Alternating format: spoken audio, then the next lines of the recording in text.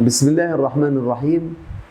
إن شاء الله هنتكلم على كيفية التخلص من السعال بالأعشاب.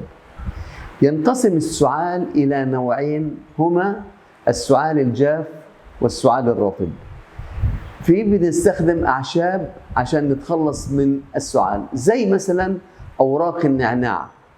النعناع بيحتوي على مادة المنثول، وهذه المادة تساعد على التخلص من الاحتقان وبتعمل تهدئة للحلق ولآلام الحلق.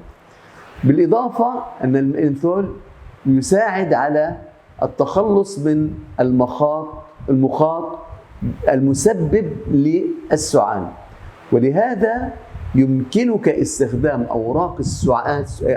أوراق النعناع من خلال نقعها في ماء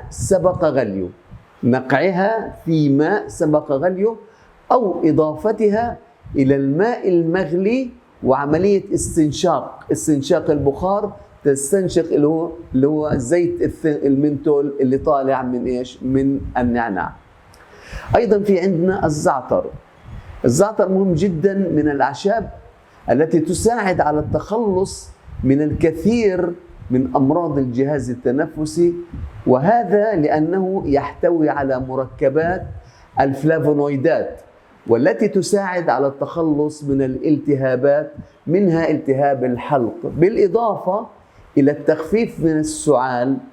ويمكنك أيضا تناول كوب من اللي هو منقوع الزعتر اللي من مية سبق غليها، منقوع الزعتر، للتخلص من السعال وأمراض الجهاز التنفسي. أيضا في عندنا الزنجبيل من الأعشاب التي تحتوي على اللي هو مادة الجنجرول المضادة للفيروسات والبكتيريا والالتهابات، والتي تستخدم بفاعلية في علاج حالات السعال، بالإضافة إلى أنه يساعد على التقليل من الالتهابات، خاصة التهاب الشعب الهوائية البرونكايتس. وعليه يجب تناول مغلي الزنجبيل المبشور الطازج 2 مرات يوميا.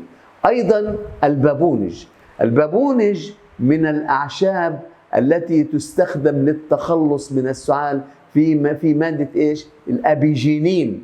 مادة الأبيجينين مهمة جدا، حيث أنه يساعد هذا البابونج بالمادة الأبيجينين يساعد على التخلص، يساعد على توسيع الشعب الهوائية، كما أنه يساعد على التخلص من الإنفلونزا والبرد، وذلك من خلال تناول